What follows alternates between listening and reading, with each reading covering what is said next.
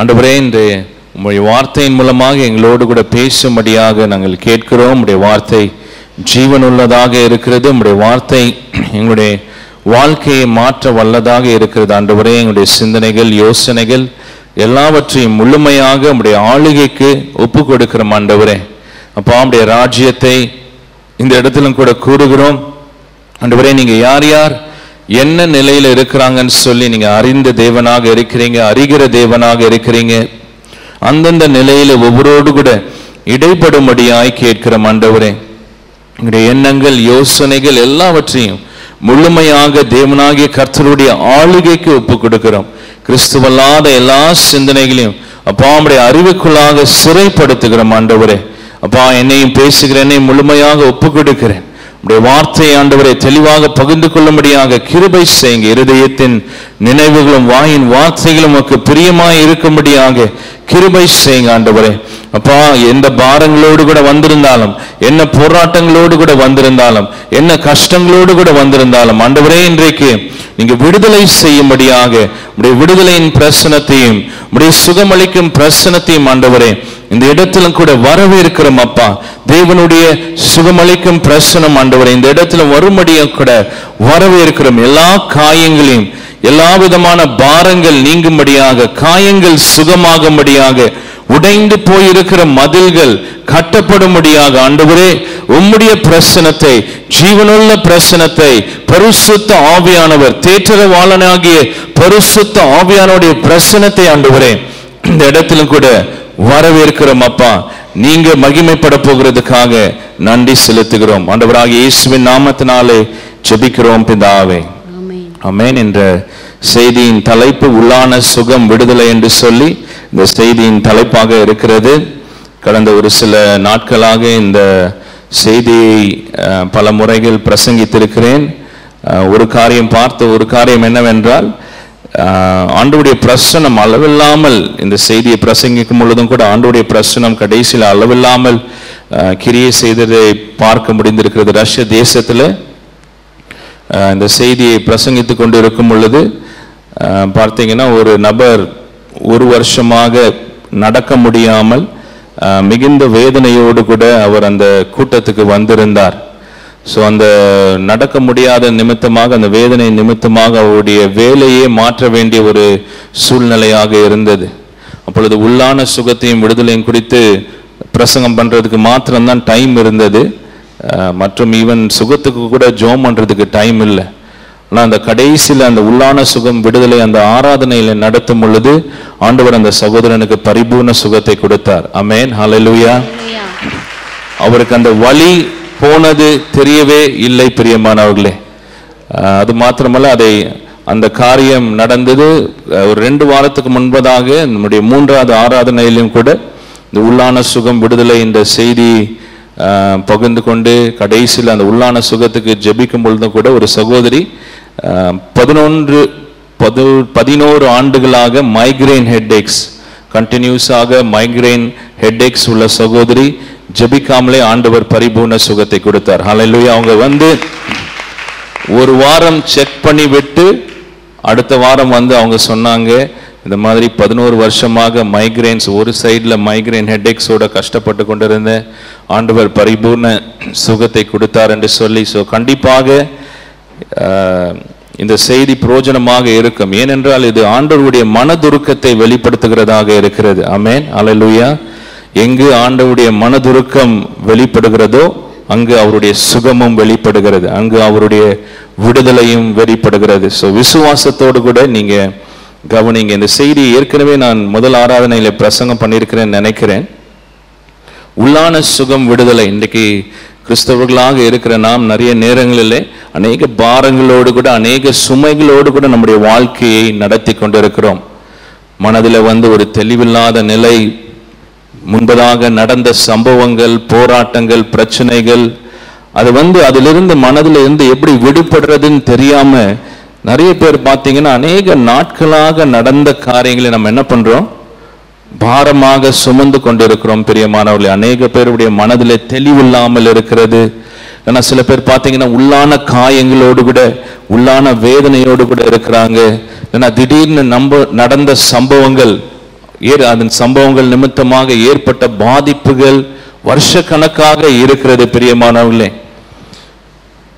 அதற்கு ஒரு முக்கியமான காரணம் என்னவென்றால், நம் உள்ளான சுகத்தையும் விடுதலையும் குறித்த நிறைய சத்தியங்கள் நமக்கு தெரியாமல் இருக்கிறது. ஆமென். ஆண்டவர் நம்முடைய மன அளவிலும் கூட இருதய அளவிலும் கூட உள்ளான மனுஷன் சுகமாகும்படியாக, உள்ளான மனுஷனில் நாம் விடுதலையாக இருக்கும்படியாக ஆண்டவர் விரும்புகிறார் பிரியமானவர்களே. கடந்த முறை ரொம்ப நாட்கள் ஆகிவிட்டது, நாம் பார்த்த ஒரு சில காரியங்களை சுருக்கமாக சொல்லிவிட்டு இன்றைக்கு ஆண்டவர் நமக்கு வைத்திருக்கிற சத்தியத்தை நாம் பார்க்க போகிறோம். உள்ளான சுகத்தையும் விடுதலையும் பெற்றுக்கொள்ள வேண்டுமானால் ஒரு அடிப்படை, ஒரு அஸ்திபாரம் அவசியமாக இருக்கிறது. முதலாவதாக தேவன் நம்மளை நேசிக்கிறார் என்று சொல்லிய ஒரு சரியான ஒரு புரிந்து கொள்ளுதல் வேண்டும். ஆமென். அல்லேலூயா. ஆண்டவராகிய இயேசு கிறிஸ்து என்னை அதிகமாக நேசிக்கிறார் என்று சொல்லி தனிப்பட்ட முறையிலே நாம் புரிந்து கொள்ள வேண்டும் பிரியமானவர்களே. தனிப்பட்ட முறையிலே அதை நாம் அறிந்து கொள்ள வேண்டும். பொதுவாக நாம் கேட்கிறோம், தேவன் இவ்வளவாக உலகத்தை நேசித்தார் என்று சொல்லி கேட்கிறோம். ஆனால் தனிப்பட்ட முறையிலே தேவனுடைய அன்பை நாம் அறிந்திருக்கிறவர்களாக, அந்த அன்பிலே வளர்கிறவர்களாக இருக்க வேண்டும். நிறைய நேரங்களிலே என்ன ஆகுதுன்னா, நாம் வளர்கின்ற சூழ்நிலைகள் நம்முடைய மனப்பான்மையை உருவாக்குகிறதாக இருக்கிறது.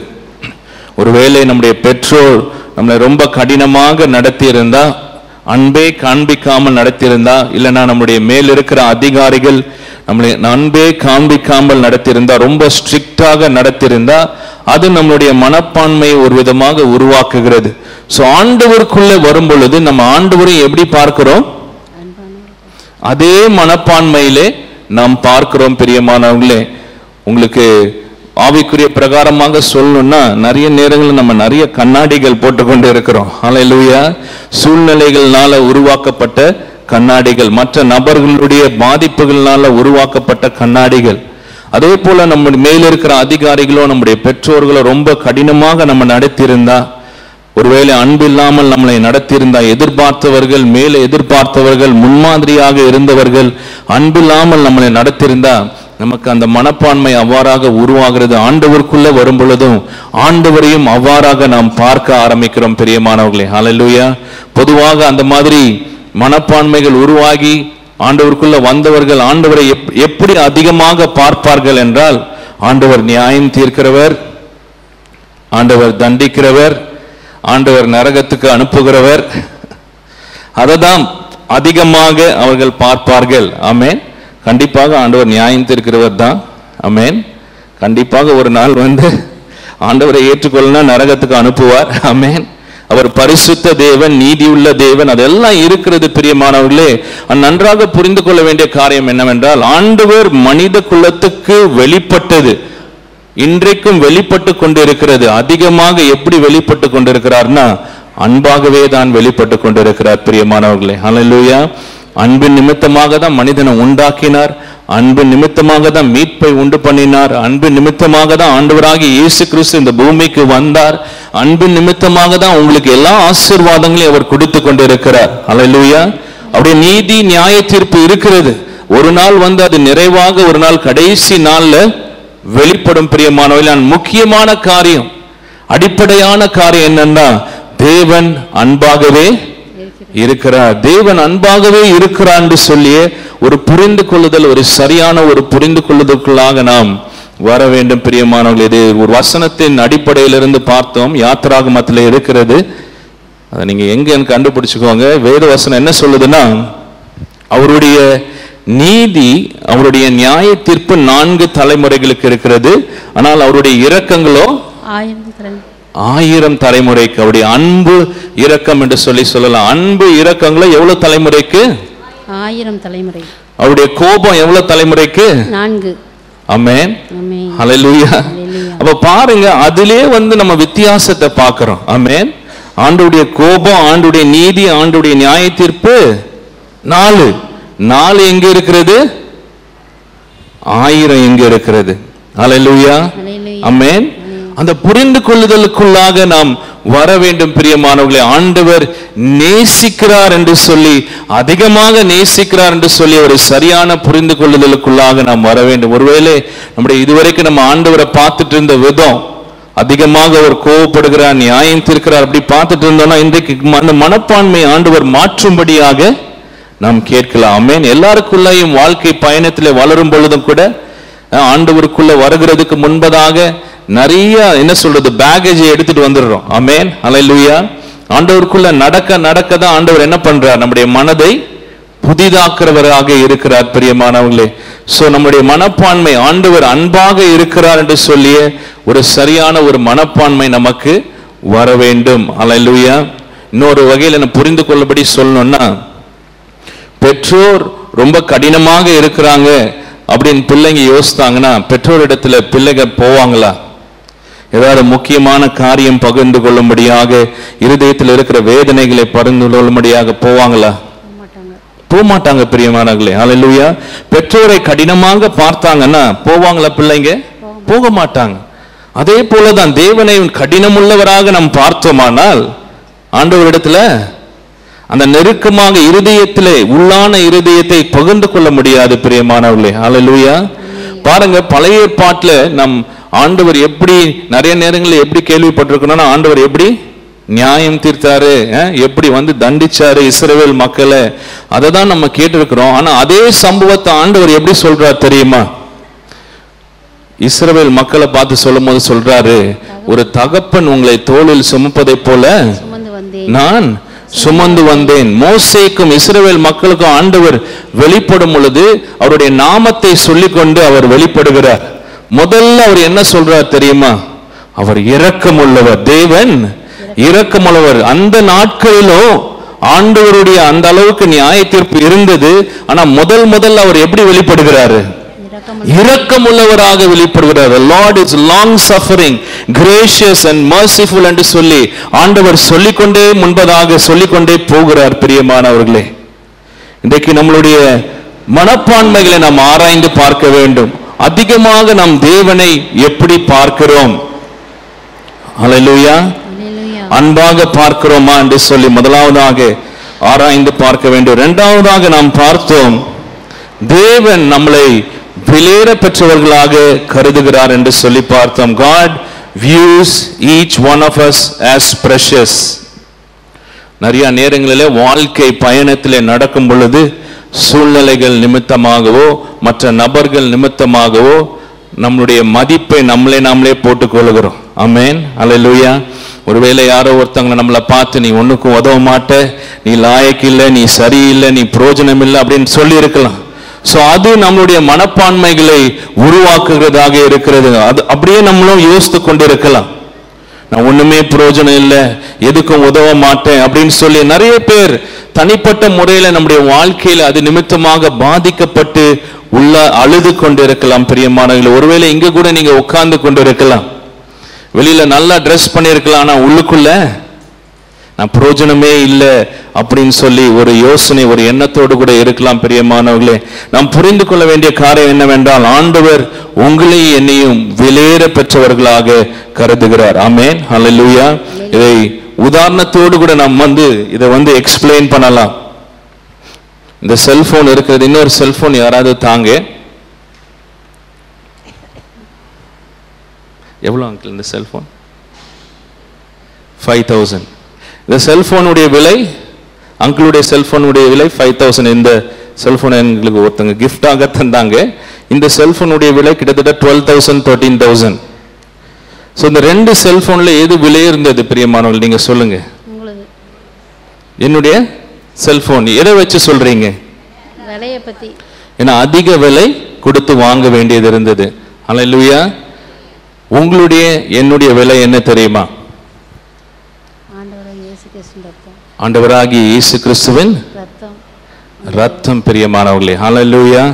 ஆண்டவராகிய இயேசு கிறிஸ்து அவருடைய எல்லா சொட்டு ரத்தத்தையும் சிந்தி உங்களை என்னையும் அவர் வாங்கி இருக்கிறார். பிரியமானவர்களே, ஹல்லேலூயா. வேத வசனம் சொல்லுகிறது, you are bought with a price. நீங்க கிரயத்துக்கு கொல்லப்பட்டீர்கள் என்று சொல்லி இருக்கிறது. பிரியமானவர்களே, நீங்க ஆண்டவருடைய பார்வையிலே விசேஷித்தவர்களாக இருக்கிறீங்க. ஆண்டவருடைய பார்வையிலே விலையேற பெற்றவர்களாக நீங்க இருக்கிறீங்க. பிரியமானவர்களே, உங்களுடைய என்னுடைய விலை என்ன தெரியுமா?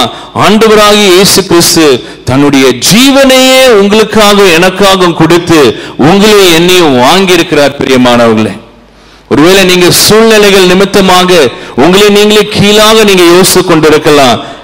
யாரும் மரியாதை மதிப்பு கொடுக்காத நிமித்தமாக உங்களை நீங்க கீழாக யோசித்துக் கொண்டிருக்கலாம். பிரியமானவர்களே, ஆனால் ஆண்டவராகிய இயேசு கிறிஸ்து உங்களை என்னையும் மதிக்கிறார். ஆமென், ஹல்லேலூயா. உங்களை என்னையும் விலையேற பெற்றவர்களாக ஆண்டவராகிய இயேசு கிறிஸ்து கருதுகிறார். பிரியமானவர்களே, அதனாலதான் தன்னுடைய ஜீவனே உங்களுக்காகவும் எனக்காகவும் அவர் கொடுத்தார். தேவனுடைய பார்வையிலே நீங்களும் நானும் விலையேற பெற்றவர்கள் என்று சொல்லி ஒரு வெளிப்பாடு வேண்டும். பிரியமானவர்களே, எந்த அளவிற்கு விலையேற பெற்றவர்கள்? ஆண்டவர் உங்களுக்காக, உங்களுடைய பேரை சொல்லுங்க, உங்களுடைய பேரை சொல்லுங்க. ரூபி மாலாக்காக வந்து இந்த பூமியில வந்து வாழ்ந்து மரித்திருக்கிறார். ஹல்லேலூயா. சொல்லுங்க, உங்க பேரை சொல்லி சொல்லுங்க. ஆண்டவர் எனக்காக, உங்க பேரை சொல்லி வந்து இந்த பூமியில வாழ்ந்து மரித்திருக்கிறார். எனக்காக, பேரை சொல்லி சொல்லுங்க. எனக்காக இரத்தத்தை சிந்திருக்கிறார். ஹல்லேலூயா. பிதாவாகிய தேவன், ஆமென், உங்களை எண்ணி விலையேற பெற்றவர்களாக கருதினாலதான் தன்னுடைய சொந்த குமாரனாகிய இயேசு கிறிஸ்துவே உங்களுக்காகவும் எனக்காகவும் தியாகமாக கொடுத்தார். பிரியமானவர்களே, ஹல்லேலூயா. ஆண்டவர் உங்களை எண்ணி எப்படி பார்க்கிறார் தெரியுமா? விலையேற பெற்றவர்களாக பார்க்கிறார். பிரியமானவர்களே, இன்னொரு கண்ணோட்டத்தில் சொல்ல வேண்டுமானால், நம்முடைய பிரதம மந்திரி இருக்கிறார் நரேந்திர மோடிஜி. அவரோடு கூட நீங்க ரொம்ப க்ளோஸ் ஃப்ரெண்டாக இருக்கிறீங்கன்னு வச்சுக்கலாம். உங்களை ரொம்ப மதிக்கிறார். ஆமென், ஹல்லேலூயா. அது எல்லாருக்கும் தெரியும் நீங்க எந்த அளவுக்கு நரேந்திர மோடி உங்களை மதிக்கிறார்னு சொல்லி. அப்போ இந்த கீழே இருக்கிற பாலிட்டிஷியன்ஸ் எல்லாம் உங்களை அவ்வளோவா மதிக்காம இருந்தாங்கன்னா நீங்க வந்து கவலைப்படுவீங்களா? சொல்லுங்க. ஏன்? எல்லாத்துக்கும் மேலானவர் மதிக்கிறார் இல்ல? பிரியமானவர்களே, சர்வ வல்லமை உள்ள தேவன், ஹல்லேலூயா, சர்வத்தையும் உண்டு பண்ணினவர், ராஜாதி ராஜா உங்களை என்னையும் மதிக்கிறார். பிரியமானவர்களே, கரங்களை தட்டி ஆண்டவருக்கு மகிமை செலுத்தலாமா? உங்களையும் என்னையும் விலையேற பெற்றவர்களாக கருதுகிறார். ஹல்லேலூயா. சோ அதனால யார் என்ன சொல்லியிருந்தாலும் பரவாயில்ல. ஆமென், ஹல்லேலூயா. யார் என்ன சொல்லியிருந்தாலும், சூழ்நிலைகள்னால நீங்க தயங்கி முன்னேற முடியாமல் தயங்கி ஒரு ஒடுங்க நிலையில இருந்தாலும், எப்படிப்பட்ட பிரச்சனைகள்னால பாதிக்கப்பட்ட நிலையில் இருந்தாலும், தனிமையில இருந்தாலும், ஆமென், ஹல்லேலூயா, ஒருவேளை ஒரு அநாத இல்லத்துல கூட நீங்க இருந்தாலும் ஆண்டவர் உங்களை விலையேற பெற்றவர்களாக கருதுகிறார். பிரியமானவர்களே, ஆண்டவர் பட்சபாதம் உள்ளவர் அல்ல.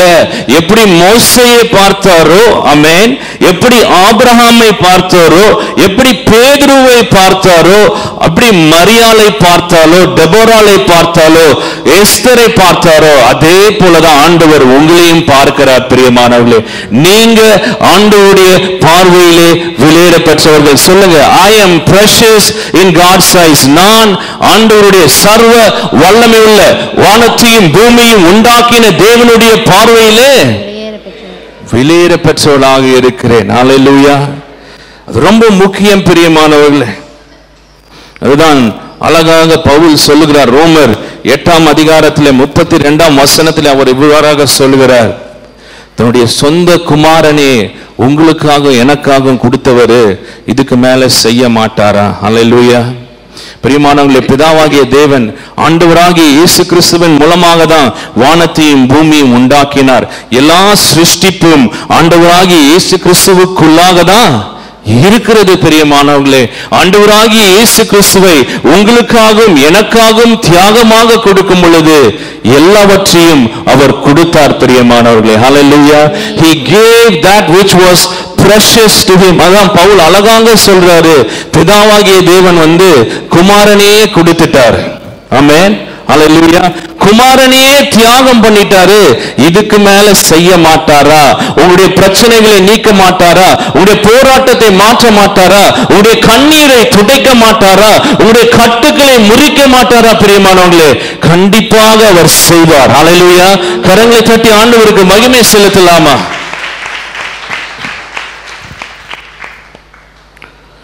அதான் ஆண்டவர் இவ்வாறாக சொல்கிறாரு லூக்காவிலே, அடைக்கலான் குருவிகள் வந்து ஒரு சில காசுக்கு வாங்கி விடலாம். ஆமென். அவ்வளோ சீப்பான குருவிகளிலே ஆண்டவர் வந்து பார்த்து கொள்ளும் பொழுது, அந்த சீப்பான குருவிகள் அதுவே ஆண்டவர் என்ன பண்றாரா? போஷிக்கிறார், கவனமாக பார்க்கிறாரு. நீங்க அடைக்கலான் குருவிகளோடு எந்த அளவுக்கு விசேஷித்தவர்கள். அல்லேலூயா. இந்த ஒரு அழகான ஒரு பாட்டு உண்டு, தேவா நான் எதினால் விசேஷித்தவன். அல்லேலூயா. பாருங்க எவ்வளவு உணர்ந்து அதை எழுதியிருக்கிறார் பாருங்க. அல்லேலூயா. இந்த வேத வசனம் யாருக்காக எழுதப்பட்டிருக்கிறது? உங்களுக்காக. ஆண்டவர் பாருங்க எவ்வளவு ஆரம்பத்திலிருந்து, ஆதியிலிருந்து ஆண்டவர் இந்த வேத வசனத்தை உங்களுக்காக எனக்காக எழுதி கொடுத்திருக்கிறார். அல்லேலூயா. உங்களை வழி நடத்தும்படியாக. ஆமென். அல்லேலூயா. கொஞ்சம் யோசித்து பாருங்க, பரிசுத்த ஆவியானவர் நம்மளோடு கூட இல்லைன்னா நம்ம என்ன பண்ணியிருப்போம்? இந்த நிலைக்கு நம்மளால வந்திருக்க முடியாது. ஆமென். ஆண்டவர் ஒவ்வொரு நாளும் ஆலோசனை கொடுக்கிறார், தேற்றுகிறார், வழி நடக்கிறார், காக்கிறார். அல்லேலூயா. அவரை விட்டு விலகி போனாலும் அவருடைய இரக்கத்தினால அவர் கிருபையாக அவர் விடாமல் இருக்கிறார். பிரியமானவர்களே, இன்றைக்கு ஒரு சில பேர் உட்கார்ந்து கொண்டு இருக்கிறீங்க, நீங்க மரித்திருக்க வேண்டும், ஆவியானவர் சொல்கிறார். ஆனா தேவனுடைய பெரிதான இரக்கத்தினால் அவர் மறுபடியும் உங்களுக்கு ஜீவனை கொடுத்திருக்கிறார். எல்லாம் அவருடைய அன்பின் நிமித்தமாக. அல்லேலூயா. அவர் உங்களை எண்ணி வெளியேறப்பட்டவர்களாக கருதுகள் நிமித்தமாக. பிரியமானவர்களே, இது எல்லாமே பொதுவான சத்தியங்கள் தான் நாம் பார்த்து கொண்டிருக்கிறோம். மறுபடியும் நாம் பார்க்கலாம். பிரியமானவர்களே, பரவாயில்ல. சங்கீதம் 139 அதிகாரம் இவ்வாறாக நீங்க முழுமையாக படித்தீங்கன்னா அதுல இருந்து புரிந்து கொள்ள வேண்டிய காரியம் என்னவென்றால், ஆண்டவர் நம்முடைய வாழ்க்கையிலே ஒவ்வொரு காரியத்தின் மேலும் அவர் கரிசனை உள்ள தேவனாக இருக்கிறார். ஆமென். அல்லேலூயா. தேவன் அன்பாகவே இருக்கிறார். தேவன் உங்களை என்னையும் விலையேற பெற்றவர்களாக கருதுகிறார். அல்லேலூயா. அது மாத்திரமல்ல, உங்களுடைய சின்ன சின்ன காரியங்களையும் ஆண்டவர் என்ன பண்ணுகிறார்? கரிசனை உள்ளவராக இருக்கிறார். தாவீது அதை இவ்வாறாக அவர் யோசித்து பார்க்கிறார். நான் வானத்துக்கு போனாலும் அங்கேயும் நீங்க இருக்கிறீங்க, பாதாளத்துல கட்டில் போட்டு இருந்தாலும் அங்கேயும் நீங்க இருக்கிறீங்க.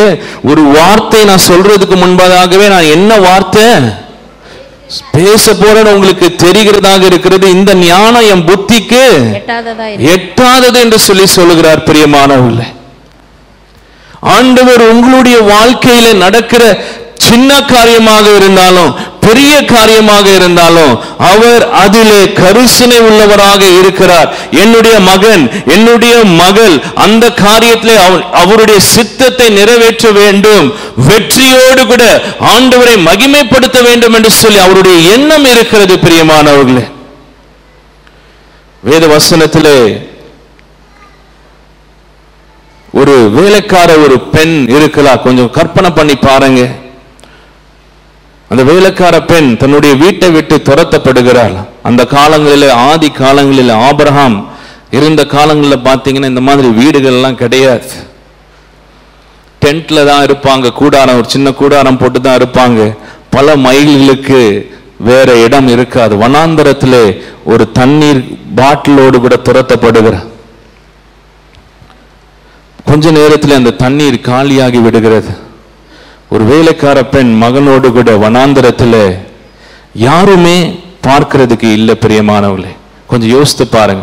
நூற்றுக்கணக்கான மைலுக்கு வெறும் மணல் தான். ஆகார் என்ன செய்கிறா தெரியுமா? தன்னுடைய மகனை ஒரு பக்கத்துல வச்சுட்டு தூரத்துல போயிட்டு அழுகிறா. என் மகன் மரிக்கிறத நான் பார்க்க மாட்டேன் அப்படின்னு சொல்லி அழுகிறாள் ஆகார். கொஞ்சம் யோசித்து பாருங்க.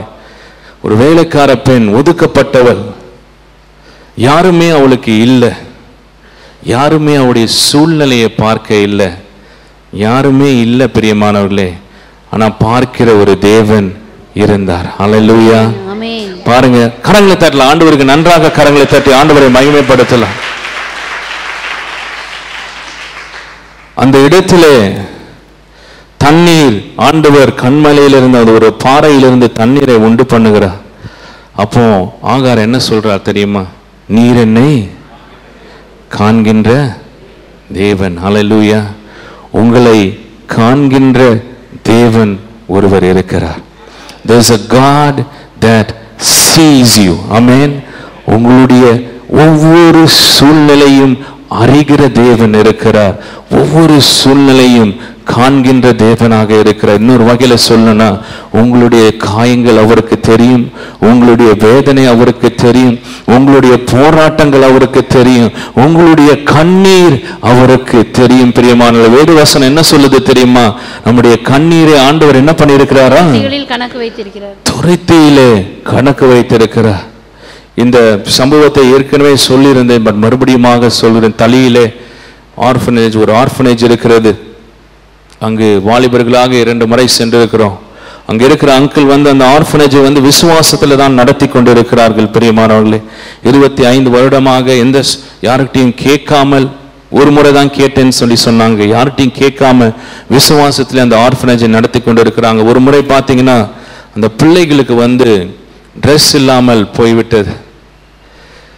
அப்போ ட்ரெஸ் இல்லாமல் போய்விட்டதுன்னா இருந்த ட்ரெஸ் எல்லாம் கிளிய ஆரம்பித்து விட்டது. அப்போ அவங்க அப்பான்னு தான் கூப்பிடுவாங்க அந்த அங்கிள். அப்பா, எங்களுடைய ட்ரெஸ் கிளியுது, புது ட்ரெஸ் வேணும் அப்படின்னு கேட்டிருக்கிறாங்க. அப்போ அந்த அங்கிள் சொல்லியிருக்கிறாங்க, நீங்கள் ஜோம் பண்ணுங்க. இப்போ பாருங்க, ஏதோ ஒரு மூலையில தலியில ஒரு ஆர்ஃபனேஜ், யாருமே ஒதுக்கப்பட்ட ஒரு இடத்துல இருக்கிற ஒரு ஆர்ஃபனேஜ், யாருக்குமே தெரியாத இடத்துல இருக்கிற ஒரு இடம். அப்போ அந்த பிள்ளைகள் ஜோம் பண்ணி இருக்கிறாங்க, ஒண்ணுமே நடக்கல. இப்போ பிள்ளைகள் சொல்லியிருக்கிறாங்க, நாங்கள் ஜோம் பண்ணோம், ஆனால் எங்களுக்கு ட்ரெஸ்ஸு கிடைக்கல அப்படின்னு சொல்லியிருக்கிறாங்க.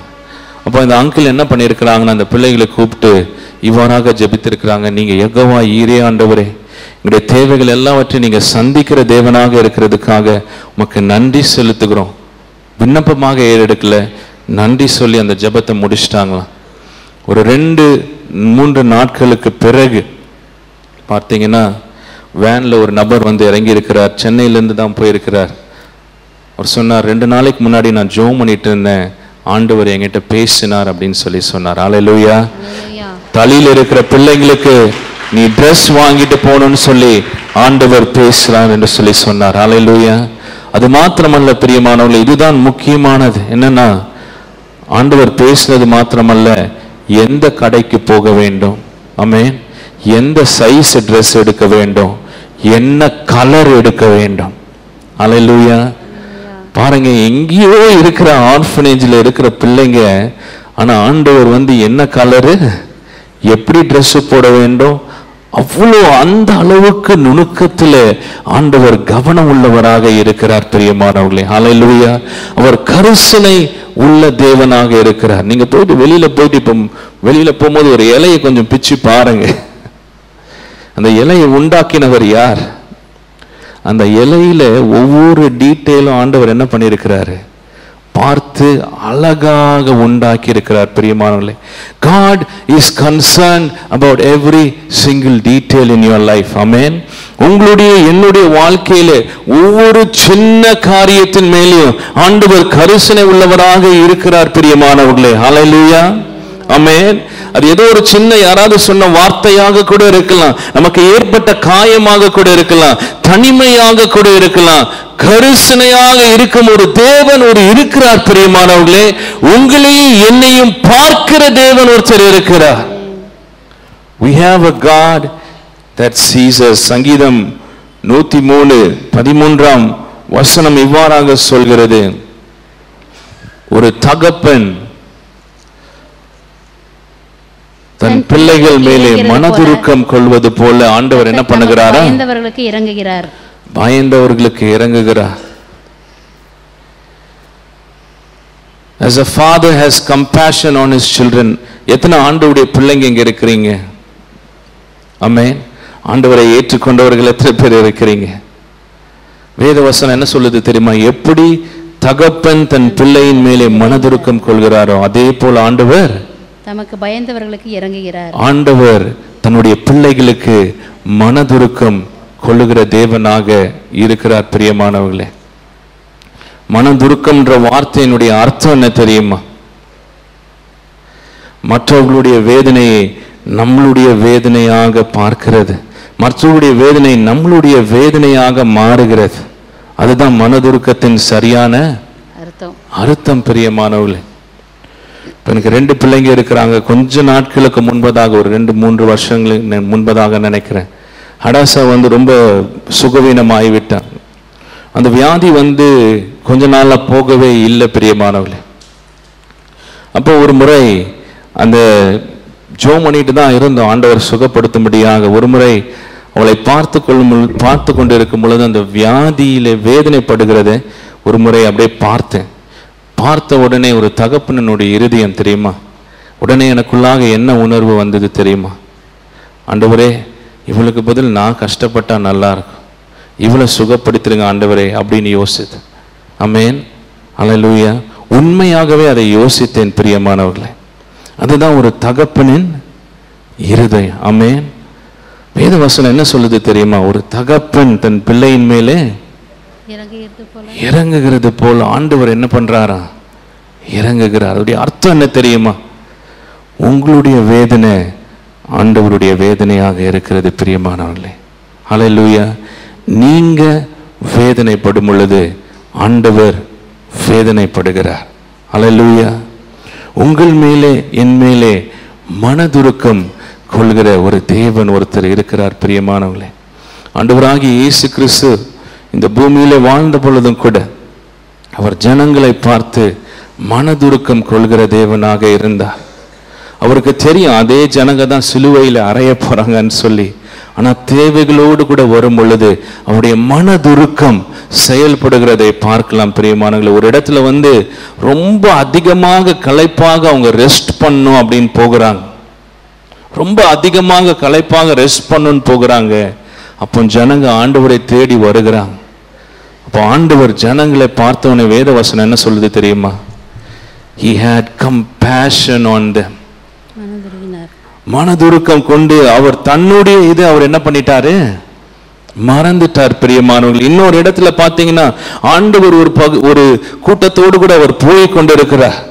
அப்போ ஒரு விதவை வருகிறாங்க, கணவனை இழந்துட்டாங்க, வாலிப மகனையும் இழந்துட்டாங்க. ஒரு பரிதாபமான ஒரு சூழ்நிலை. பிரியமானவங்களே, அந்த மகன் தான் தன்னை பார்த்துப்பா அப்படின்னு சொல்லி யோசித்து இருந்தாங்க. அந்த மகனையும் அவங்க இழந்துட்டாங்க. சுற்றி உள்ள ஜனங்கள் அந்த பாடையை தூக்கி கொண்டு வருகிறாங்க. சுற்றி ஜனங்கள் இருக்கிறாங்க. இந்த சகோதரி, இந்த விதவை வந்து கொண்டு இருக்கிறாங்க. எல்லாரும் அவங்களோடு கூட அழுது கொண்டு இருக்கிறாங்க. இந்த அம்மா எப்படி எதிர்காலத்தை சந்திக்க போகிறாங்க அப்படின்னு சொல்லி அழுது கொண்டு இருக்கிறாங்க. ஆண்டவர் இன்னொரு பக்கத்துல கூட்டமாக போய் கொண்டு இருக்கிறார். பாருங்க, போகும் பொழுது ஆண்டவர் என்ன பண்றார் தெரியுமா? இந்த வருகிற கூட்டத்தை பார்க்கிறாரு, அந்த வேதனையை பார்க்கிறார். பிரியமானவர்களே, ஹல்லேலூயா. வேதனையை பார்த்த உடனே அந்த வேதனையை உணர்ந்து வேதவசனம் என்ன சொல்லுது தெரியுமா? அவர் மனதுருக்கம் கொண்டு அவர் என்ன பண்ணாரா? அழாதே என்று சொல்லி இந்த பாடையை அவர் தொட்டார். பிரியமானவர்களே, ஹல்லேலூயா, ஆமென், ஹல்லேலூயா. தொட்ட உடனே மரித்த அந்த வாலிபன் என்ன பண்ணுகிறான்? எழுந்துட்டான், உயிரோடு கூட வருகிறான். பிரியமானவர்களே, இன்றைக்கு உங்கள் மேலேயும் என் மேலேயும் மனதுருக்கம் கொள்கிற ஒரு தேவன் ஒருவர் இருக்கிறார். பிரியமானவர்களே, we have a God who has compassion on us. தேவனுடைய பிள்ளைகளாக நாம் இருக்கிறோம். ஒருவேளை தனிமையில இருக்கிறீங்களா? வேதனையோடு கூட இருக்கிறீங்களா? பாரங்களோடு கூட இருக்கிறீங்களா? போராட்டத்தோடு கூட இருக்கிறீங்களா? ஆண்டவர் உங்களுடைய வேதனையை அறிந்த தேவனாக இருக்கிறது மாத்திரமல்ல பிரியமானவர்களே, ஆண்டவர் உங்களுடைய வேதனைகளை நீக்க விரும்புகிறார். ஹல்லேலூயா. உங்களுடைய வேதனை அவருடைய வேதனையாக இருக்கிறது. பிரியமானவர்களே, அதை நீங்களும் நானும் புரிந்து கொள்ள வேண்டும் என்று சொல்லி விரும்புகிறார். ஏசாயா 66 அதிகாரம் 13 வசனத்திலே இவ்வாறாக சொல்கிறது, ஒரு தாய் தேற்றுவதை போல தேற்றுவேன் என்று சொல்லி ஆண்டவர் சொல்லியிருக்கிறார். பரிசுத்த ஆவியானவருடைய ஒரு பெயர் என்ன தெரியுமா? அவர் தேற்றரவாளனாகிய பரிசுத்த ஆவியானவர். ஹல்லேலூயா. ஆண்டவருடைய பிரசன்னம் நம்முடைய வாழ்க்கையில அநேக நோக்கங்களுக்காக கொடுக்கப்படுகிறது. முக்கியமான ஒரு நோக்கம் என்ன தெரியுமா? நீங்களும் நானும் ஆண்டவருடைய ஆறுதலை பெற்று ஆண்டவருடைய உள்ளான சுகத்தையும் விடுதலையும் பெற்று நடக்கும்படியாக தான் கொடுக்கப்படுகிறது. பிரியமானவர்களே, இன்றைக்கு மனநிலை போராட்டத்தோடு கூட, கவலைகளோடு கூட, பாரங்களோடு கூட இருந்தீங்கன்னா நீங்க இன்றைக்கு விடுதலையை பெற்றுட்டு போலாம். பிரியமானவர்களே, ஹல்லேலூயா. ஆண்டவர் உங்களை என்னையும் நேசிக்கிறார். ஹல்லேலூயா. உள்ளான சுகத்தையும் விடுதலையும் கொடுக்க வேண்டும் சொல்லி அவர் விரும்புகிறார். பிரியமானவர்களே, God wants to heal you and me on the inside. இன்னைக்கு நிறைய நேரங்களை நம்ம கேள்விப்பட்டிருக்கிறோம். இந்த மாதிரி கொஞ்ச நேரம் எக்ஸ்ட்ராவா எடுத்துக்கலாம். ஆமென், ஹல்லேலூயா. நிறைய நேரங்களில் கேள்விப்பட்டிருக்கிறோம், ஆண்டவர் வியாதியிலிருந்து சுகத்தை கொடுக்கிறார். ஆமென். வியாதியிலிருந்து சுகத்தை கொடுக்கிறார், சாபங்களிலிருந்து ஆசீர்வாதத்தை கொடுக்கிறார். எப்படி கேள்விப்பட்டிருக்கிறோமோ அதே மாதிரி நம்ம கேள்விப்பட வேண்டிய காரியம் என்ன தெரியுமா? ஆண்டவர் உள்ளான சுகத்தையும் விடுதலையும் கொடுக்க விரும்புகிறார். பிரியமானவர்களே, அவருடைய வார்த்தையில் அவர் சொல்லியிருக்கிறார். மத்தேயு 11ஆம் அதிகாரத்தில் 28ஆம் வசனத்திலே, வருத்தப்பட்டு பாரம் சுமக்கிறவர்களே நீங்கள் எல்லாரும் என்னிடத்துல வாருங்கள், நான் உங்களுக்கு இளைப்பாறுதல் தருவேன். அது என்ன ஒரு இயற்கையான ஒரு பாரத்தை குறிக்கிறதா இருக்கிறதா? இல்ல. மனக்கவலையினால் என்ன படுகிறோம்? வருத்தப்படுகிறோம். பிரியமானவர்களே, அந்த வருத்தம் நம்முடைய வாழ்க்கையிலே பாரமாக மாறுகிறது. ஹல்லேலூயா, ஹல்லேலூயா. நிறைய பேர் வெளியில நல்லா நடந்து கொண்டு இருக்கிறோம், ஆனா ஆவிக்குரிய பிரகாரமாக பாரங்களை சுமந்து கொண்டு இருக்கிறனால நம்மளால நடக்க முடியாமல் இருக்கிறது. ஹல்லேலூயா. ஆண்டவர் என்ன சொல்றாரு? இளைப்பாறுதல் தருவேன். மனநிலை கலக்கமாக இருக்கிறீங்களா? போராட்டமாக இருக்கிறதா? கொந்தளிப்புகள் இருக்கிறதா? ஆண்டவர் அந்த மனநிலையை அமைதிப்படுத்த விரும்புகிறார். பிரியமானவர்களே, காற்றையும் கடலையும் அமைதியாக இரு என்று சொன்ன தேவன் உங்களுடைய மனநிலையில் இருக்கிற கொந்தளிப்புகளை அவர் அமைதியாக இருக்கும்படியாக விரும்புகிறார். பிரியமானவர்களே, அமைதி செய்யும்படியாக விரும்புகிறார். ஏசாயா 61ஆம் அதிகாரம் 1ஆம் வசனம், அபிஷேகத்தை, தேவனுடைய அபிஷேகத்தை குறித்து அது அங்க இடத்துல சொல்லி இருக்கிறது. ஆண்டவராகிய இயேசு கிறிஸ்து வரும் பொழுதும் கூட அந்த சத்தியங்கள் நிறைவேறுகிறதை நாம் பார்க்கிறோம். ஆண்டவர் அந்த வார்த்தையை சொல்லிதான் தன்னுடைய ஊழியத்தை ஆரம்பிக்கிறார். அன்றைக்கு ஆண்டவருக்கு கொடுக்கப்பட்ட அபிஷேகம் இன்றைக்கு நமக்கும் கொடுக்கப்பட்டிருக்கிறது. பிரியமானவர்களே, ஹல்லேலூயா. ஆண்டவர் மேலே இருந்த பரிசுத்த ஆவியானவர் இன்றைக்கு நம் மேலே, உங்கள் மேலே, என் மேலே இருக்கிறார். பிரியமானவர்களே, அந்த இடத்துல பாருங்க, அபிஷேகம் எதற்காக கொடுக்கப்படுகிறது என்று சொல்லி அபிஷேகத்தின் நோக்கங்களை அந்த இடத்துல சொல்லி இருக்கிறது. நீங்க நன்றாக படித்து பார்த்தீங்கன்னா 3/4 பங்கு நான் நினைக்கிறேன், அதை படித்து பார்த்தீங்கன்னா உள்ளான சுகத்துக்கும் விடுதலைக்கும் தான் அபிஷேகம் கொடுக்கப்பட்டிருக்கிறது. பிரியமானவர்களே, ஏசாயா 61ஆம் அதிகாரம் 1ஆம் வசனத்தை சீக்கிரமாக படிங்க. தேவனுடைய ஆவியானவர் என் மேல் இருக்கிறார், சிறுமைப்பட்டவர்களுக்கு சுவிசேஷத்தை அறிவிக்க, எளிய ஜனங்களுக்கு சுவிசேஷத்தை அறிவிக்க, அடுத்தது அனுப்பினார். இருதயம் நொறுங்குண்டவர்களுக்கு காயம் கட்டுதலையும். எல்லாம் சொல்லுங்க, அபிஷேகம் எதற்கு இருக்கிறது? இருதயம் நொறுங்குண்டவர்களுக்கு. இன்னைக்கு நிறைய பேர் சூழ்நிலைகளால நொறுக்கப்பட்டிருக்கிறோம். பிரியமானவர்களே, சூழ்நிலையினால வேதனையோடு கூட இருக்கிறோம். சில பேருடைய வாழ்க்கையெல்லாம் எடுத்து பார்த்தோம்னா ஏதாவது ஒரு பேப்பர் இருக்குதா? எப்படி தெரியுமா இருக்கிறது? சில பேருடைய இருதயம்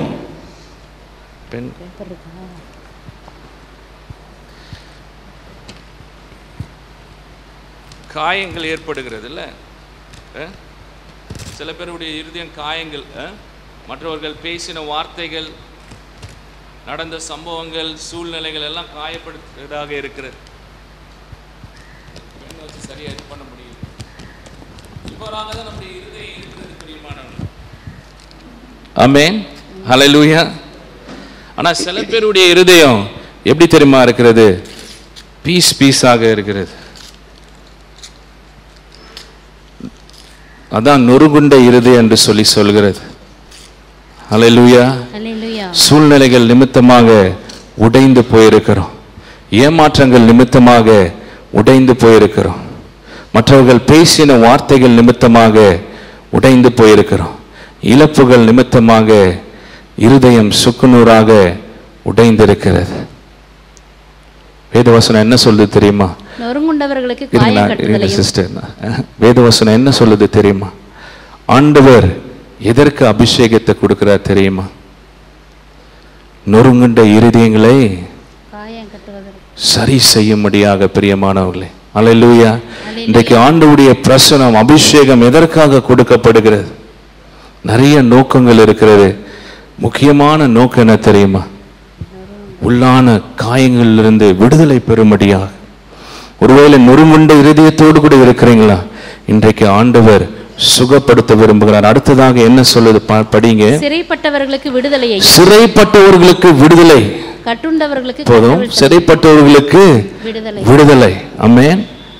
சிறைன்னு சொல்லும் பொழுது இங்க நல்ல ஒரு அனாயிண்டிங் சர்வீஸ் வைக்கிறோம். நீங்க நல்ல அபிஷேகத்துல நிறைஞ்சிட்டு பக்கத்துல ஒரு ஜெயில போய் அங்க இருக்கிற கைதிகள்லாம் விடுதலை செய்ய பாக்குறீங்க. என்ன ஆகும் உங்களுக்கு? உங்களை ஜெயில போட்டுருவாங்க. ஒரு இயற்கையான சிறையை குறிக்கிறது அல்ல பிரியமானவர்களே. இது ஒரு மனநிலையை குறிக்கிறதாக இருக்கிறது. ஆமென். அல்லேலூயா. சூழ்நிலைகள் நிமித்தமாக நிறைய பேர் ஒரு சிறைச்சாலையில இருக்கிறோம். உள்ளுக்குள்ளாக வெளியே வந்து பார்க்கிறதுக்கு நன்றாக இருக்கிறோம். ஆனா பயத்துக்கும் சூழ்நிலைகளுக்கும் சிறைச்சாலை உள்ள அடைக்கப்பட்டு நாம் இருக்கிறோம் பிரியமானவர்களே. சில பேர் முன்னேற முடியாது என்று சொல்லி ஒரு சிறைச்சாலையில இருக்கிறாங்க.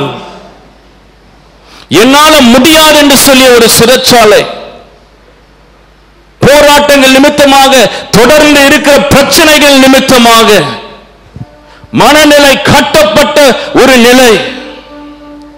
ஆனால் அபிஷேகமானது வரும் பொழுதும் ஆண்டவர் என்ன செய்கிறாரு? அந்த சிறைச்சாலைகள் எல்லாம் அவர் உடைக்கிற தேவனாக இருக்கிறார் பிரியமானவர்களே. அந்த மனநிலையில் இருக்கிற கட்டுக்களை எல்லாம் அவர் மாற்றுகிற தேவனாக இருக்கிறார். அதற்கு தான் அபிஷேகம் கொடுக்கப்படுகிறது பிரியமானவர்களே. இன்றைக்கு ஒருவேளை சூழ்நிலை நிமித்தமாக முடியாது என்று சொல்லி யோசித்து கொண்டு இருக்கிறீங்களா? மற்றவங்க பேசின வார்த்தையினாலே நீங்க ஒரு சிறைச்சாலையில இருக்கிறீங்களா? ஆண்டவர் உங்களை என்னையும் விடுதலை செய்யும்படியாக விரும்புகிறார் பிரியமானவர்களே. கிதியோன் அவ்வாறாக தான் ஒரு சிறைச்சாலையிலே அவன் இருந்தான் பிரியமானவர்களே. தன்னைத்தானே அவன் கீழாக அவன் யோசித்துக் கொண்டிருந்தான். எந்த அளவுக்கு கீழாக யோசித்தான் தெரியுமா? அந்த நாட்டிலே நான் தான் கீழானவன் அப்படின்னு யோசிச்சுட்டு இருந்தான். அவன் உண்மையாகவே அதை விசுவாசித்துக் கொண்டிருந்தான். தேவதூதன் வந்து கிதியோனை சந்திக்கும் பொழுது கொஞ்சம் யோசித்து பாருங்க. தேவதூதன் வந்து உங்ககிட்ட வெளிப்பட்டு, டைரக்டா வெளிப்பட்டு தேவதூதன் பேசுறாரு. எத்தனை பேர் அதை நம்பாம இருப்போம்?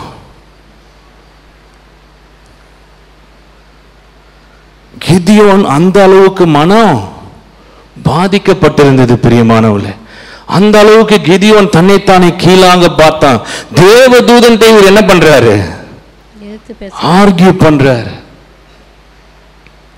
நான் ஆண்டவர் அதே கிதியோனை தலைவனாக மாற்றினார் பிரியமானவர்களே. ஹல்லேலூயா. முடியாது என்று சொல்ல மோசே இருக்கிறதிலே ஒரு பெரிய தீர்க்கதரிசியாக அவர் மாற்றினார் பிரியமானவர்களே. இன்றைக்கு கட்டுண்ட நிலையில இருக்கிறீங்களா? ஆவிக்குரிய பிரகாரமாக பாவத்திலே விழுந்து விழுந்து முன்னேற முடியாது என்று சொல்லி கட்டப்பட்ட நிலையில இருக்கிறீங்களா? ஆண்டவர் கட்டப்பட்ட நிலைக்கு உங்களை என்னையும் அழைக்கவில்லை பிரியமானவர்களே. தொடர்ந்து வேதனை உள்ள வாழ்க்கைக்கு ஆண்டவர் உங்களை என்னை அழைக்கவில்லை. தொடர்ந்து போராட்டம் உள்ள வாழ்க்கைக்கு ஆண்டவர் உங்களை என்னை அழைக்கவில்லை பிரியமானவர்களே. விடுதலையோடு கூட இருக்கும்படியாக தான் ஆண்டவர் உங்களையும் என்னையும் விடுதலை செய்திருக்கிறார். நேரம் இல்லை. அபிஷேகமானது கட்டுக்கள் உடையும்படியாக கொடுக்கப்படுகிறது. ஹல்லேலூயா. நொறுகுண்ட இருதயம் சுகமாகும்படியாக கொடுக்கப்படுகிறது. அதே வசனங்களே பின்பதாக 3ஆம் வசனத்துல நீங்க படித்து பார்த்தீங்கன்னா, துயரப்பட்டவர்களை சீர்படுத்தவும், துயரப்பட்டவர்களை சீர்படுத்தவும், சாம்பலுக்கு பதிலாக சிங்காரத்தையும், சாம்பலுக்கு பதிலாக சிங்காரம். துயரம் சொல்றது என்னது? ரொம்ப துக்கப்பட்டு துக்கப்பட்டு துக்கம் கடைசியில தான் மாறுது, துயரமாக மாறுது. ரொம்ப துக்கப்படுகிறது.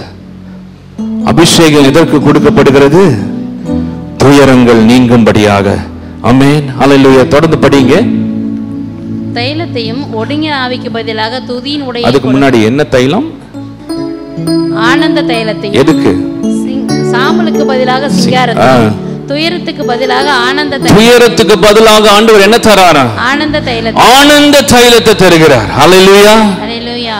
துக்கமாக இருக்கிற துக்கங்களை நீக்கி போட்டு அபிஷேகம் வரும் பொழுது ஆண்டவருடைய ஆனந்தத்தினால நாம் நிரப்பப்படுகிறோம் பிரியமானவர்களே. அடுத்ததாக ஒடுங்கின ஆவி. ஒடுங்கின ஆவின்னு சொல்லும் பொழுது, என்னால முடியாது, எனக்கு யாருமே இல்லை, நான் தனிமையாக இருக்கிறேன், என்னை பார்த்துக்கிறதுக்கு யாருமே இல்லை அப்படின்னு சொல்லி ஒடுங்கின ஒரு நிலை.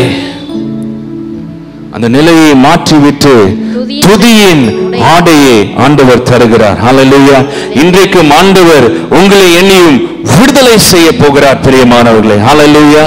அதற்கு தான் அபிஷேகமானது கொடுக்கப்பட்டிருக்கிறது. அதற்கு தான் பரிசுத்த ஆவியானவர் கொடுக்கப்பட்டிருக்கிறார் பிரியமானவர்களே. ஒரு முக்கிய நோக்கம் என்ன தெரியுமா? கிறிஸ்துவின் சபையானது, கிறிஸ்துவின் சரீரமானது எல்லா சூழ்நிலையிலும் தேவனுடைய விடுதலையை வெளிப்படுத்தும்படியாக, எல்லா சூழ்நிலையும் சமாதானத்தோடு கூட சந்தோஷத்தோடு கூட நடக்கும்படியாக, போராட்டத்தின் மத்தியிலே, பிரச்சனையின் மத்தியிலே, கண்ணீர்கள் மேலே தைரியத்தோடு நடக்கும்படியாக தான், அந்த வாழ்க்கைக்கு தான் ஆண்டவர் உங்களை என்னை அழைத்திருக்கிறார் பிரியமானவர்களே. சூழ்நிலைகள் உங்களை கட்டுப்படுத்தி இருக்கிறதா? சூழ்நிலை முடியாது என்று சொல்லி இருக்கிறதா? அதனால நீங்களும் உங்களை அவ்வாறாக நீங்க யோசித்துக் கொண்டு இருக்கிறீங்களா? இன்றைக்கு ஆண்டவர் உங்களுக்கு விடுதலையை கொடுக்க போகிறார். எல்லாரும் கண்களை மூடி ஜெபிக்கலாமா? ஹல்லேலூயா, ஹல்லேலூயா. ஆண்டவரே உமக்கு நன்றி செலுத்துகிறோம். ஆண்டவரே உமக்கு நன்றி செலுத்துகிறோம். ஆண்டவரே, ஆண்டவரே உமக்கு நன்றி செலுத்துகிறோம். ஆண்டவரே, நீங்க நாங்க உள்ளாக விடுதலையாக இருக்கும்படியாக நீங்க விரும்புகிறீங்க. ஆண்டவரே, உள்ளான சுகத்தோடு கூட வாழும்படியாக விரும்புகிறீங்க. காயங்கள் நீங்கும்படியாக விரும்புகிறீங்க. ஆண்டவரே, கட்டுக்கள் முறிக்கும்படியாக நீங்க விரும்புகிறீங்க. ஆண்டவரே, மனநிலை பாதிக்கப்பட்ட நிலைகள் மாறும்படியாக விரும்புகிறீங்க. ஆண்டவரே, பயங்கள் நீங்கி தேவனுடைய வெற்றியை வெளிப்படுத்துவர்களாக இருக்கும்படியாக விரும்புகிறீங்க. ஆண்டவரே, குறுகிய மனப்பான்மை இருக்கிறதா? ஆண்டவர் இன்றைக்கு அந்த குறுகிய மனப்பான்மைகளை உடைத்தெறிய போகிறார். ஹல்லேலூயா. நீங்க ஆண்டவருக்கென்று பிரகாசிக்க போகிறீங்க. ஆண்டவருக்கென்று பெரிய காரியங்களை செய்ய போகிறீங்க. ஒதுக்கப்பட்ட தாவீதை ஆண்டவர் பயன்படுத்த முடியுமானால், ஏதோ ஒரு இடத்துல இருந்த எஸ்தரை எடுத்து ராஜ அரண்மனையில வைக்க முடியுமானால், தேவனால எல்லாம் செய்யக்கூடும். Hallelujah. Thank you, Jesus. Holy Spirit, thou art well. பாடலை பாடும் பொழுது கூட எல்லாம் கேட்கலாமா? Lord, set me free on the inside. Set me free on the inside. Set me free on the inside, Lord. Set me free on the inside. Let your healing river flow. Let your healing river flow. இந்த வேளையில கூட பிரியமானவர்களே, உங்களை நேசிக்கிற தேவனை நோக்கி பார்க்கும்படியாக ஆண்டவர் விரும்புகிறார். உங்கள் மேலே மனதுருக்கம் கொள்கிற தேவனை நோக்கி பார்க்கும்படியாக விரும்புகிறார். Holy Spirit, Holy Spirit, உடைய காயங்களை நீக்க வேண்டும் என்று சொல்லி சித்தமாக இருக்கிற தேவனை நோக்கி பார்க்கும்படியாக விரும்புகிறார். வேத வசனம் சொல்கிறது, நம்மளுடைய துயரத்தையும் நம்மளுடைய துக்கத்தையும் அவர் தன்மேலே சுமந்து கொண்டார் என்று சொல்லி இருக்கிறது. ஆண்டவராகிய இயேசு கிறிஸ்து சபையே 2000 வருடங்களுக்கு முன்பதாக உன்னுடைய துயரத்தையும் உன்னுடைய கவலையையும் உன்னுடைய பாரங்களையும் அவர் தன்மேலே சிலுவையிலே சுமந்து கொண்டார். இனி நீ சுமக்க தேவையில்லை.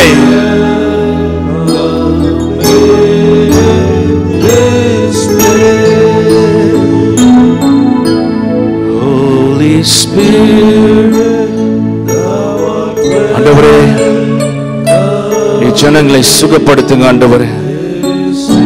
ஜனங்களை விடுதலை செய்யுங்க ஆண்டவரே. தடைகள் நீங்கும்படியாக, கட்டுக்கள் முறியும்படியாக, சாபங்கள் நீங்கும்படியாக, ஆவியில் இருக்கிற தடைகள் உடையும்படியாக, மனநிலை பாதிக்கப்பட்ட நிலைகள் மாறும்படியாக இயேசு கிறிஸ்துவின் வல்லமுள்ள நாமத்தினாலே கட்டளையிடுகிறேன் நான். Hallelujah. Holy Spirit. உங்களுடைய தலையில எல்லாம் கைய வைங்க. இயேசுவின் நாமத்தினாலே, இயேசுவின் நாமத்தினாலே கிறிஸ்துவின் சிந்தை எங்களுக்குள்ளாக வருவதாக. இயேசுவின் நாமத்தினாலே மனதில் இருக்கிற எல்லா கட்டுகளும் எல்லா தடைகளும் முறிந்து போவதாக. நசரேயனாகிய இயேசுவின் வல்லமுள்ள நாமத்தினாலே பாரங்கள், சுமைகள், வேதனைகள் இப்பொழுதே நீங்கி போவதாக. தேவனுடைய அபிஷேகம் இறங்குவதாக. Hallelujah. Hallelujah. பிரியமானவர்களே, தேவனுடைய சபை தேவனுடைய கண்களோடு கூட, தேவனுடைய சிந்தனையோடு கூட எழும்ப வேண்டும் என்று சொல்லி ஆண்டவர் விரும்புகிறார். எழும்பு சீயோனே, உன் தூசியை விட்டு உதறிவிட்டு எழும்பு.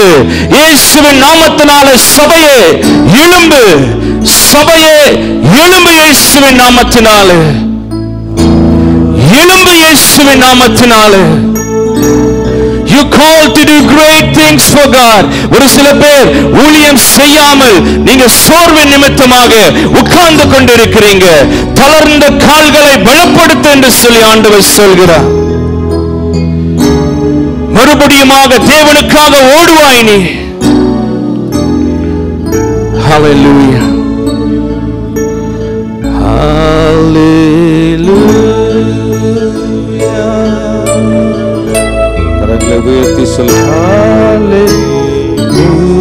Hallelujah.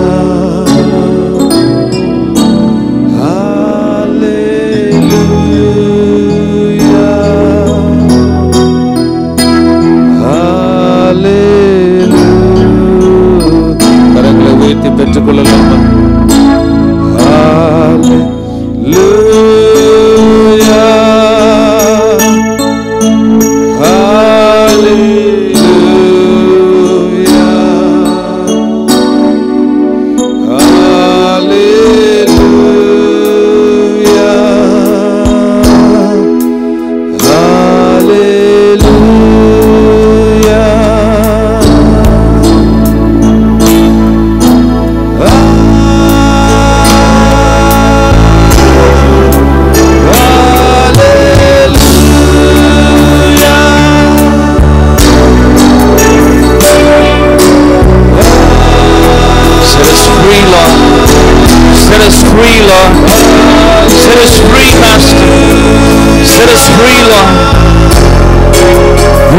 Shackles that bind, break the shackles that bind.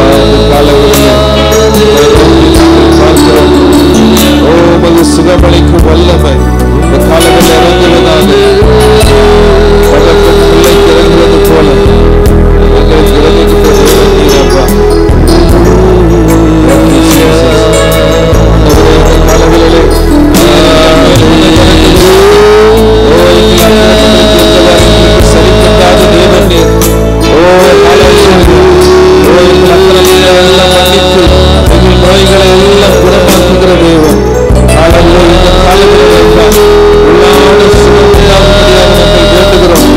நித்திய அன்பினாலே உன்னை நான் சிநேகித்தேன் என்று சொன்னீரேன். அந்த நித்திய அன்பினாலே உன்னை நேசித்தேன் என்று சொன்னீங்களே. நன்றி செலுத்துகிறோம் ஆண்டவரே. இந்த காலைவேளையிலே அந்த நித்திய அன்பினால எங்கள் இருதயங்களை நிரப்பும்படியாக நாங்கள் செபிக்கிறோம் ஆண்டவரே. ஒவ்வொரு பாத்திரமும் ஆண்டவரே உமது அன்பினால நிரப்பும்படியாக நாங்கள் செபிக்கிறோம் ஆண்டவரே. ஹல்லேலூயா. பூரண அன்பு பயத்தை புறம்பே தள்ளும் என்று சொன்ன வார்த்தையின்படி உமது அன்பினால் நிரப்புவீராக. ஓ காயங்களை கட்டுவேன் என்று சொன்னீரே. I will restore you to health and heal your wounds என்று சொன்னீரே. ஆண்டவரே இந்த காலைவேளையிலே காயங்களை நீர் கட்டும்படியாக நீர் சுகப்படுத்தும்படியாக நாங்கள் செபிக்கிறோம். உள்ளான சுகம் உள்ளான விடுதலை இந்த காலைவேளையிலே ஒவ்வொருத்தருடைய வாழ்க்கையிலே உண்டாகும்படியாக செபிக்கிறோம். அபிஷேகம் நுகத்தை முறிக்கும் என்று சொன்னது போல எல்லா தேவனை அல்லாத நுகங்கள் இயேசுவின் நாமத்திலே இந்த காலைவேளையிலே முறிக்கப்படுவதாக. கட்டுகள் இயேசுவின் நாமத்திலே முறிக்கப்படுவதாக. ஆவியானவர் எங்கே உண்டோ அங்கு விடுதலை உண்டு. இந்த காலைவேளையிலே அந்த விடுதலை கூறுகிறோம். தொடர்ந்து இந்த அபிஷேகம் எங்களோடு கூட வருவதாக. ஆசீர்வதிங்க. கனத்தி மகிமை உமக்கே செலுத்துகிறோம். உயிர் தெளிந்த ஆண்டவராகிய இயேசுவின் நாமத்திலே ஜெபிக்கிறோம் பிதாவே. ஆமென். நம்முடைய கர்த்தராகிய இயேசு கிறிஸ்துவின் கிருபையும் பிதாவாகிய தேவனுடைய அன்பும் பரிசுத்த ஆவியானவருடைய அன்யோன்ய ஐக்கியமும் நம் அனைவரோடு கூட இன்றும் என்றும் சதா காலம் இருப்பதாக. ஆமென். கர்த்தர் உங்களை ஆசீர்வதிப்பாராக.